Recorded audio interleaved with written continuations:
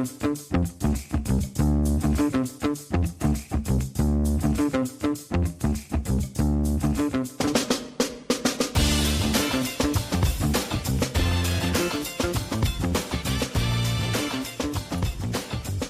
back to a new episode of Podcast on the Brink. It's Thursday, January 30th. This was a week, I think, in the preseason that a lot of people would have been looking forward to, with Indiana set to make a road trip up to West Lafayette on Friday night for a primetime matchup against Purdue. But things haven't worked out in the way that many believe they would in the preseason. And we're going to get to that and much more on this week's episode of Podcast on the Brink with Matt Press of Inside the Hall. Before we get to Matt, wanted to take a moment to remind you, as always, that Podcast on the Brink brought to you by our friends at Visit Bloomington. Visit Bloomington is a proud partner of Podcast on the Brink and Indiana University Athletics. If you're ready to take your Hoosier basketball fandom to the next level, then plan your trip to Bloomington, Indiana. From iconic eats like Nick's English Hut to exploring the scenic trails of Griffey Lake, Bloomington is your getaway to all things Hoosier and beyond. Order your free visitor guide and begin planning your adventure at visitbloomington.com. Matt, we were talking a little bit before we hit record here, just about the trajectory of the season. And I know I didn't go back and read it, but I know in the preseason, you and Kevin and Will put together kind of a roundtable in terms of preseason expectations for Indiana basketball. As we sit here today at 14-7 for the Hoosiers overall, losers of 4 of their last 5, 5-5 in the Big Ten.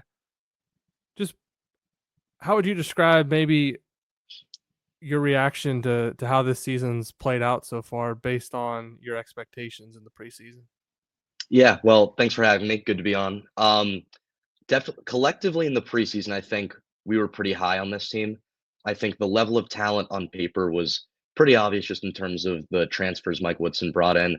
I was pretty high on Ken Carlisle, and obviously we've kind of seen how that's played out, especially recently.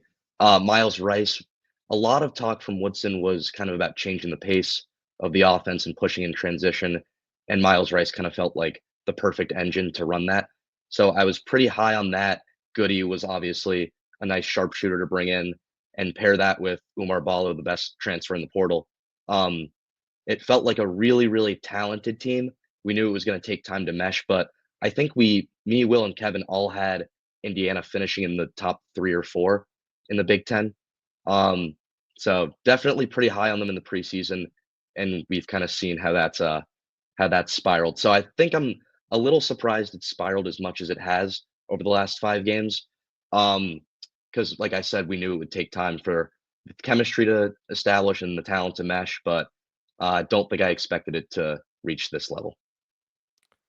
So was there a point for you kind of when, as you've watched this season play out? I know Will was down in the Bahamas, and I think a lot of people kind of point to that Louisville game as maybe a red flag looking back on this season as a whole. Was that the moment for you where you kind of said things maybe aren't going to be as good as what people thought, or did you maybe view that as more of a one-off, and that, they followed that up with playing Gonzaga?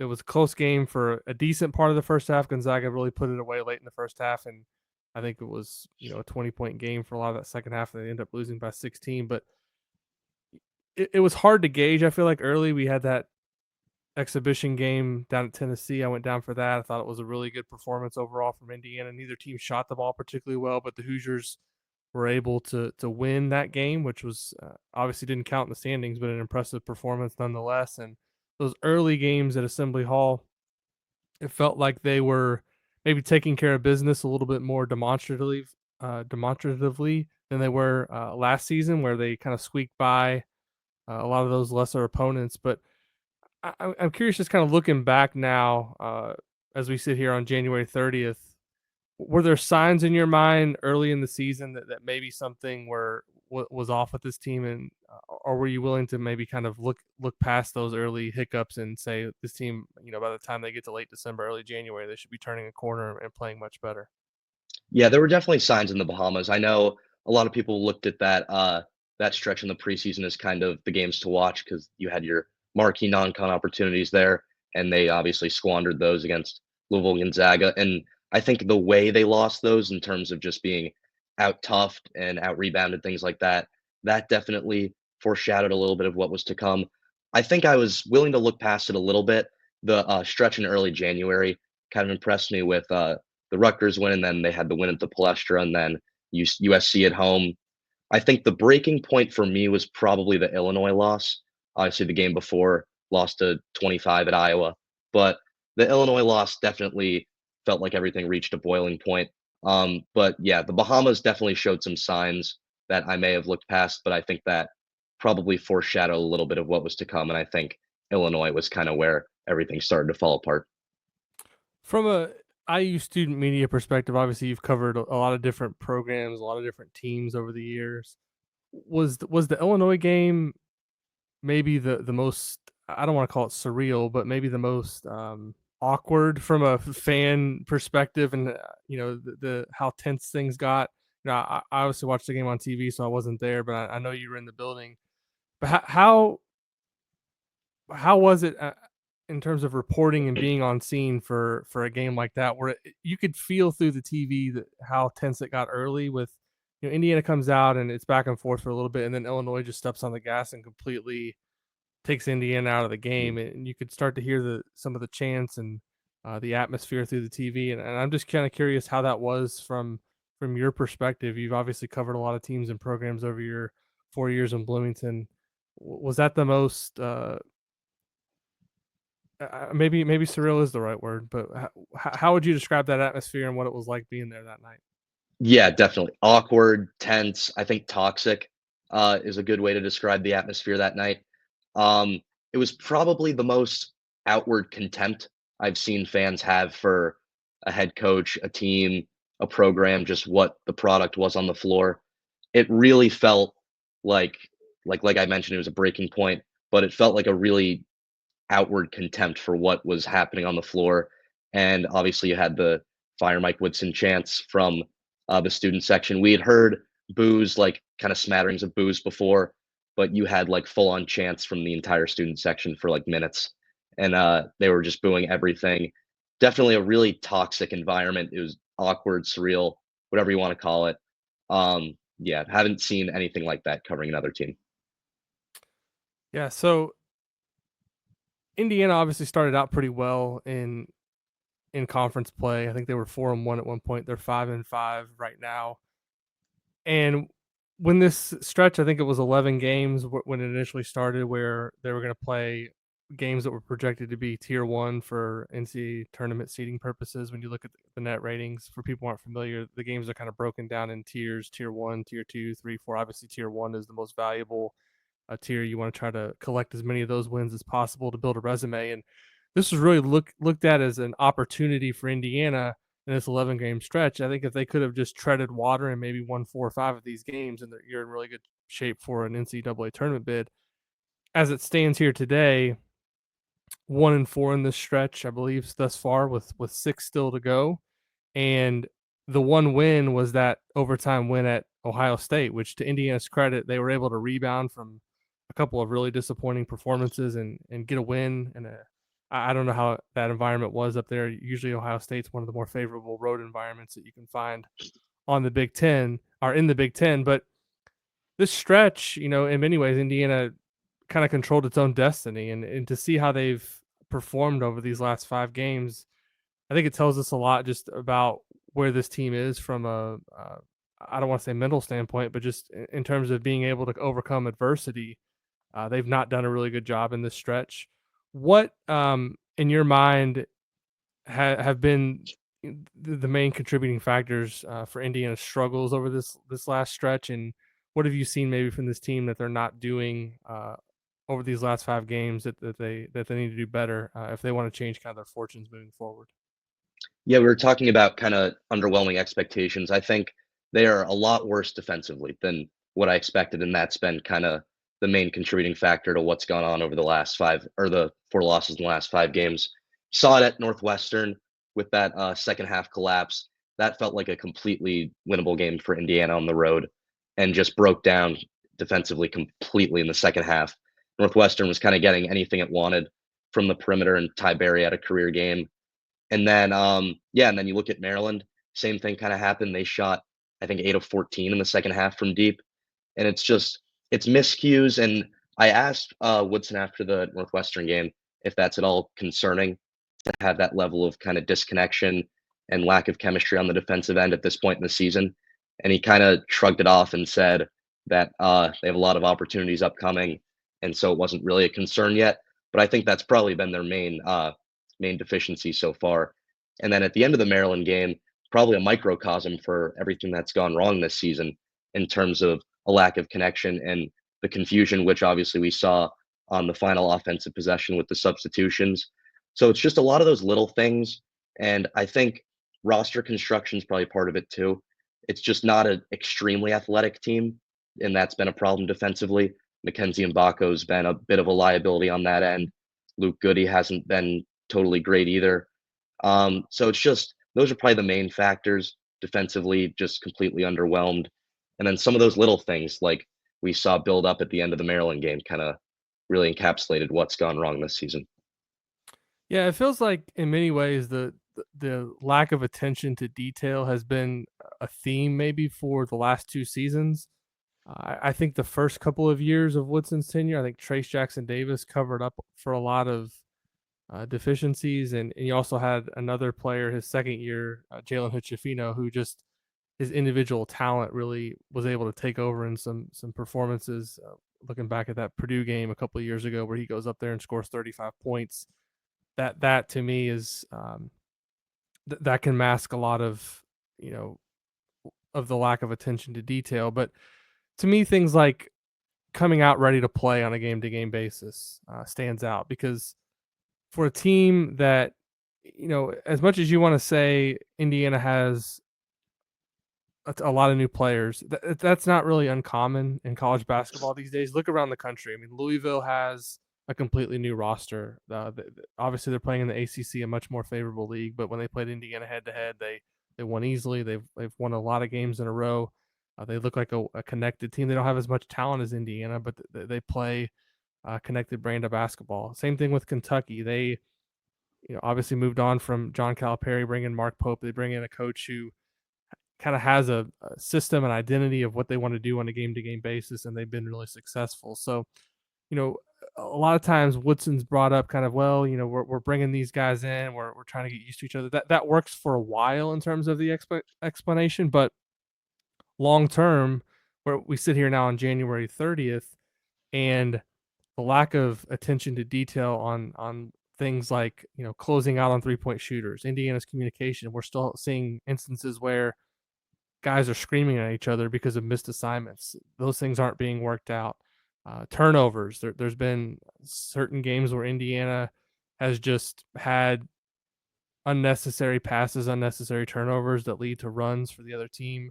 They seem to have prolonged stretches within games where they'll go on an offensive drought and they can't score for 4 or 5 minutes, and it helps the other team maybe build out their lead, or it prevents Indiana from stretching out a lead of their own. So those things, to me, those lack of it, the overall lack of attention to detail suggests to me that it's either poor coaching or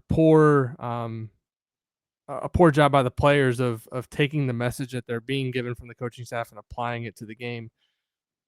I'm just kind of curious. Do you agree with that just overall premise of, because we know this team has talent. We know that Mike Woodson has shown when he has talent the first couple of years that he's at least capable of getting a program to the NCAA tournament. To me, that's the thing that stands out, is just Indiana's inability to make adjustments to these small things that are going on over a course of games and correct them. It often seems Mike Woodson's perplexed when he's asked questions post game. I mean, I know you asked him the question after the Northwestern game, but he's also had some quotes where he's mentioned.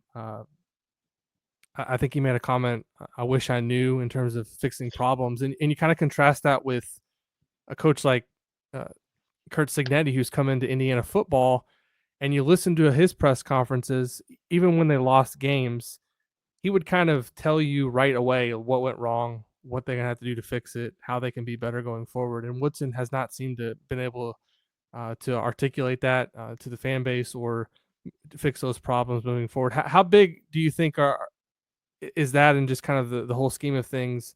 Indiana being unable to grasp these little things that really add up into to big things. When you're doing all these little things at such a low level, it really makes it hard for a program to win consistently.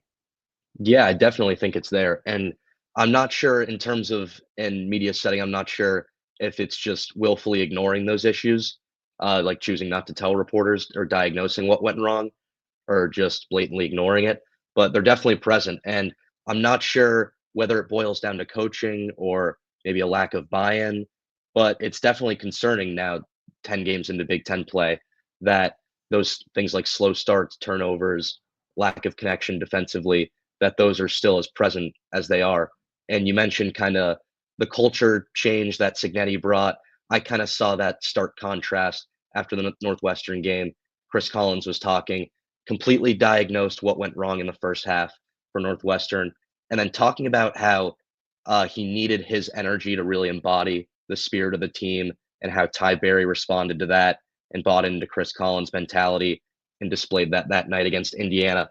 That was something that I found really interesting. And then you look at Woodson, who, like you said, uh, kind of displays a little bit of confusion. Like you said, the "I wish I knew" comment, and then on his radio show this week, kind of talking about how it was mind-boggling, the execution from Indiana late against Maryland.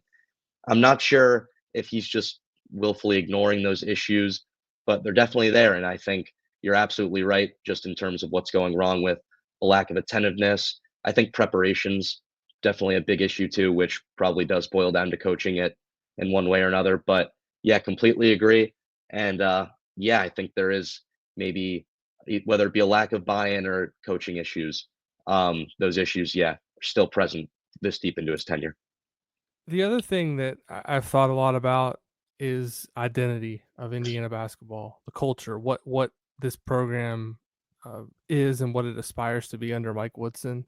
And the first couple of years, uh, I said this many times on radio shows. I've done interviews. I've said it on the podcast early in his tenure. I think after his second year, I thought one of the more important contributions, obviously, of his first couple of years, maybe didn't have the tournament success that a lot of people wanted, but just the fact that he was able to get Indiana basketball to the tournament the first couple of years, I kind of called it bringing a little bit of stability to the program for a program that hadn't been anywhere notable since the 2015-16 season. I thought it was really important to just come in and make getting to the tournament like the baseline expectation. Like every year we're going to get to the tournament, and that's something I think that should be the case at Indiana basketball. Now, obviously, missing the tournament last year and being on pace to miss it this year, I've thought more about just the identity and the culture of the program, and I can't really I can't really put my finger on what the identity of Indiana basketball is, because when you listen to, again, I want to go back to Kurt Signetti, but um, you know I think he's a great example, because when you listen to his press conference, he does use a lot of buzzwords, but he's going to tell you, fast, physical, relentless. That's kind of their approach to how they're going to play the game. For Indiana basketball, I just don't know what that identity or what that thing that they point to that they do consistently on a game to game basis is. And I think that's another theme that kind of is problematic right now for the program. Is there's nothing that they can point to on a game to game basis that they are going to do consistently well, or that they're going to focus on. One game they may make 3-pointers, one game they may play well defensively for 30-35 minutes, one game they may take care of the ball, but there's no consistency in terms of how a game plan is executed. You have no idea on a game to game basis what to expect. And I think that's a pretty significant issue, kind of when you look at the overall direction of the program and you look at where things stand, that you can't really point to an identity for this program at this point. Yeah, the most consistent thing right now definitely is the inconsistency. And I know coming into the year when we were talking to Woodson preseason, a lot of the identity was centered around, you know, blue collar defensively and then pushing in transition on offense and letting, shots come where they may. But Like you said, game to game, it varies now. Whether you get one hot 3-point shooting night or you're playing well defensively one game, it's just hasn't been cohesive at all. And there's definitely not an identity at this point. Definitely not what Woodson and the team expected it to be coming into the year. For sure. What are you expecting now and going forward? I mean, I think a lot of people are obviously, I don't want to say concerned. There's a lot of people who have tuned out just in terms of worrying about what this team's going to do the rest of the year. There's people I think they're of the opinion of, let me know when something changes in terms of Mhm. the coaching status. And obviously, there's still a lot of season to play out. There's 10 Big Ten games. You never want to put results down before they actually happen, but the direction obviously that this is heading doesn't seem to be going in a favorable one.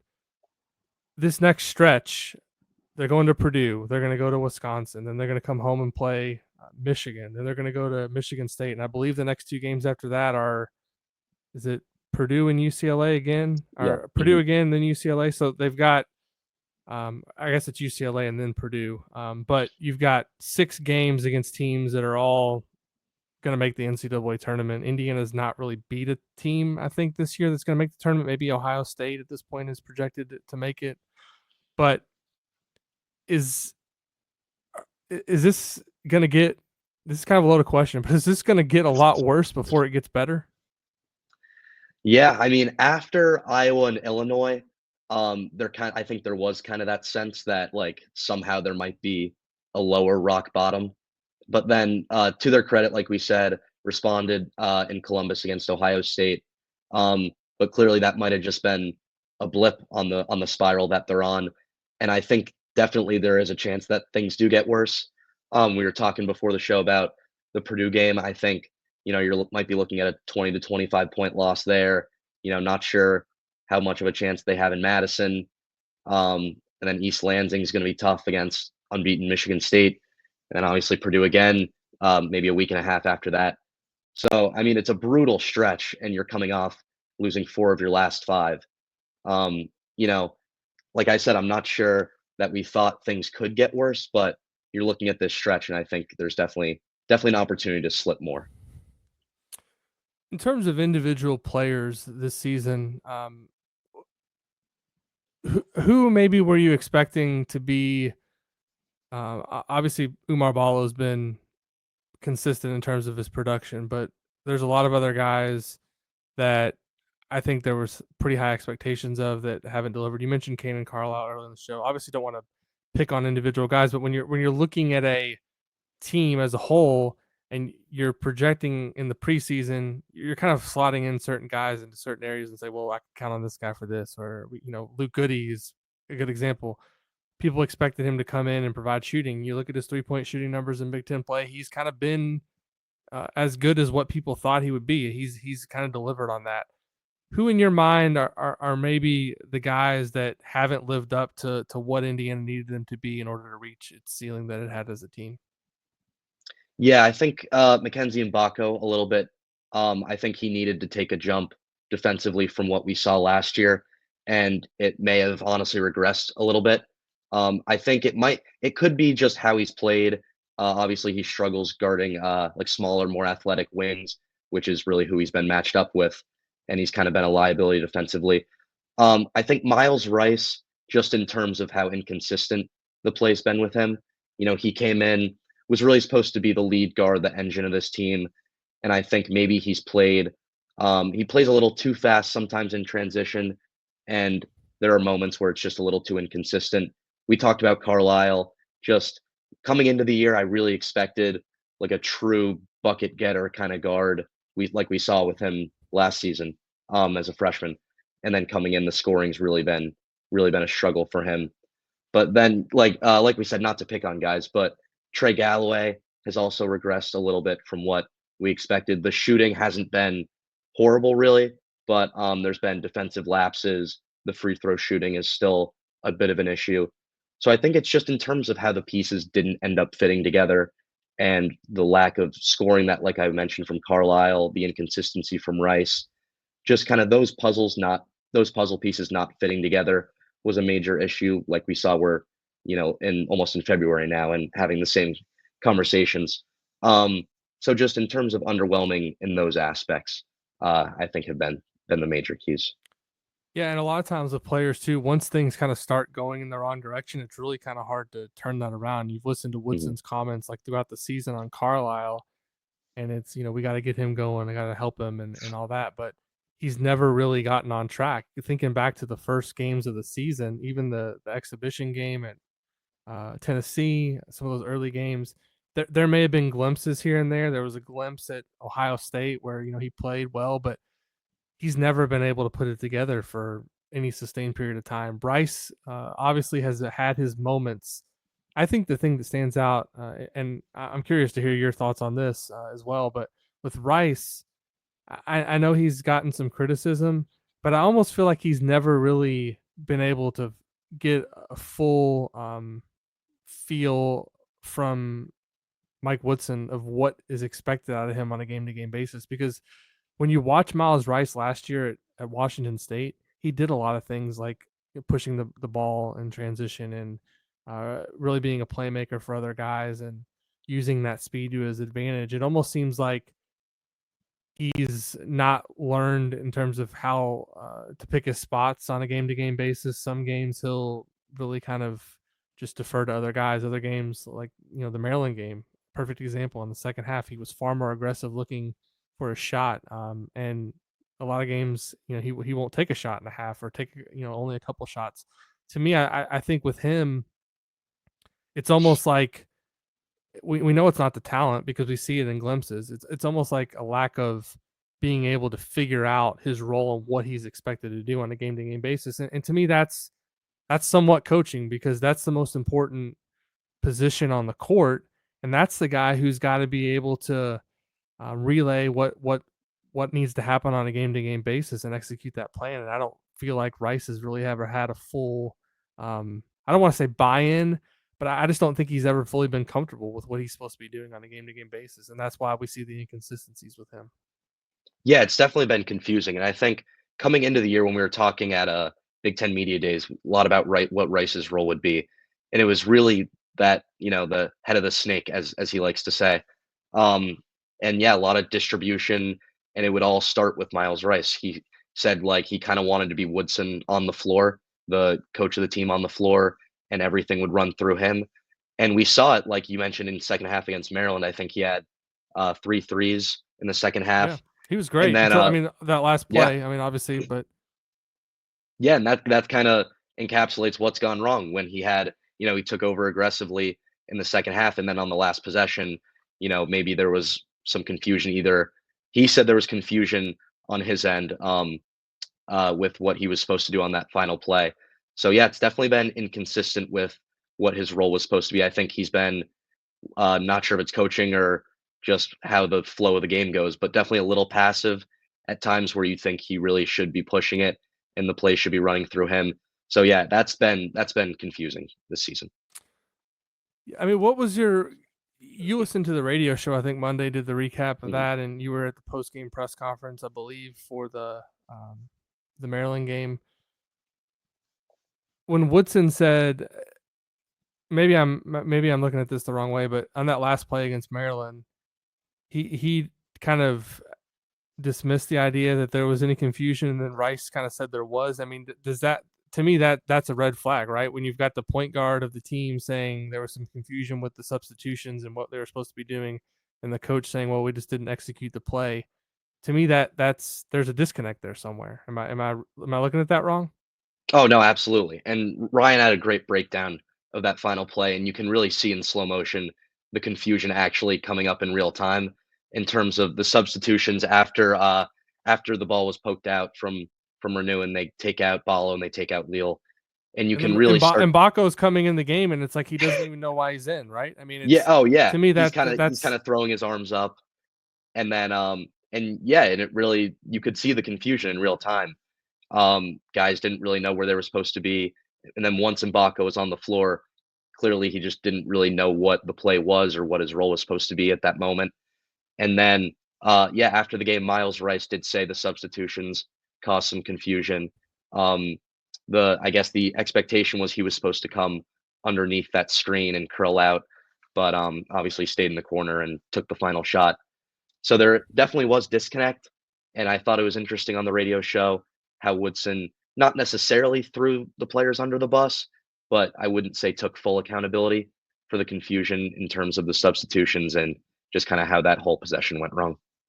Yeah, the other thing I just didn't really understand was taking Barlow out, because he's a guy that if a shot comes off, I mean, he's one of the best offensive rebounders in the Big Ten. So even if the shot misses, you want to have him under there to try to grab the ball and put it back up. That was another thing that was just kind of head scratching for me, that he wasn't in there. But it's all hindsight is 2020, as they say. I think the other thing that I think that kind of stood out on film, just want to watch in that last sequence again, is would they have been better off just kind of letting it play out, because it seemed like Rice had a little bit of a head of steam going down the court, and would have been able to maybe just kind of go in and shoot a layup or get a better look than obviously what they got. But the game's over now. Indiana 14-7, 5-5, heading into Friday's matchup with Purdue. The last thing I wanted to ask you about, kind of Big Ten picture at large. Michigan State obviously at the top of the league at this point. Who in your mind, if anyone's going to take over the top spot for Michigan State here over the last half of the season, who you're looking at as the candidates to challenge the Spartans for the Big Ten title? I'm pretty high on Purdue. Looking at how they've played lately, obviously that loss at home against Ohio State really hurts them. Just not a loss you want to take. I think you feel like you got to win your home games if you're going to compete near the top of the Big Ten. But Purdue, to me, in the preseason, I took a lot of crap from people for picking Purdue to win the Big Ten and for picking Braden Smith as preseason Big Ten Player of the Year. But you look at the Ken Palm National Player of the Year rankings right now. Braden Smith's third. He's averaging almost 9 assists a game, shooting the ball really well from three. A lot of people wanted to say, well, with Zach Edey gone, what's he going to look like as a player? But he just continues to get better as the seasons go along. So if they're my pick, if someone's going to overtake Michigan State, I'm just kind of curious from your perspective how you kind of see this Big Ten race shaping up at this point, and maybe how you see it playing out the rest of the way. No, yeah, I'm totally with you on Purdue to come back and then, I mean, really clobber Michigan like they did. Braden Smith has been way more impressive than I thought he was going to be even this year.